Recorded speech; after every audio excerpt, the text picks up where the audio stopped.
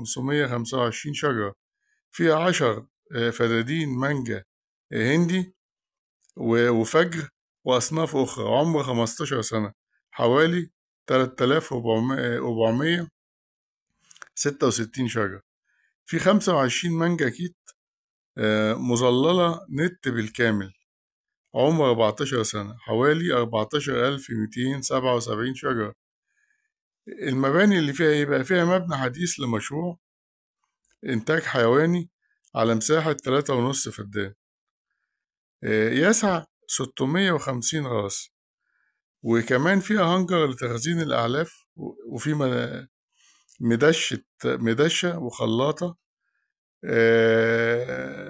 في خلاطة سلاك خرسانية مسلح، فيها 2 ميزان، كمان فيها فيلا على أعلى مستوى، أرض أرضي وتاني 900 متر، وفي حمام سباحة، يعني إيه ألترا سوبر لوكس، مكيفة بالكامل.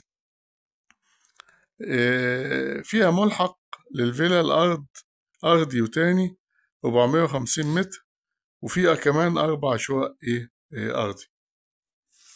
كل ده موجود في الأرض دي. فيها مخازن، فيها 2 برج حمام، فيها 3 مبنى عمال، وجوه ال3 مبنى دول في حمام سباحة، في مطابخ عمال، في غرف مجهزة لتربية 500 فرخة، في مخازن أسمدة ومبيدات، في 3 جرار صغير، في 2 لودر، 3 مقاطير أوتومايزر، ماكينة فرم مخلفات، في سيارة شوفروليه ربع نقل مكيفة موديل 2010. كمان فيها نخل زغلول وحيان، وحوالي 500 نخلة، فيها جوافة، فيها برتقان يوسفي، تين شوكي، موز، زيتون، ليمون، ده في أجناب المزرعة. وكمان في مبنى لتربية الكلاب، وفي مبنى لتربية وز والبط. في 2 فدان لوحدهم كده، دول زراعة المحاصيل للاكتفاء الذاتي، يعني بيزرعوا بقى فيهم سواء الخضار، سواء الطماطم، الخيار، الفول، كل الكلام ده.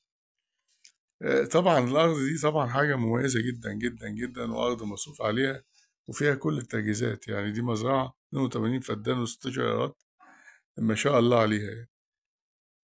ترجو قناة النماء إن الأرض تحوز إعجابكم، ورجاء الاشتراك في القناة، وندوس على زر التنبيه عشان يجيلكم كل جديد، ونعمل إعجاب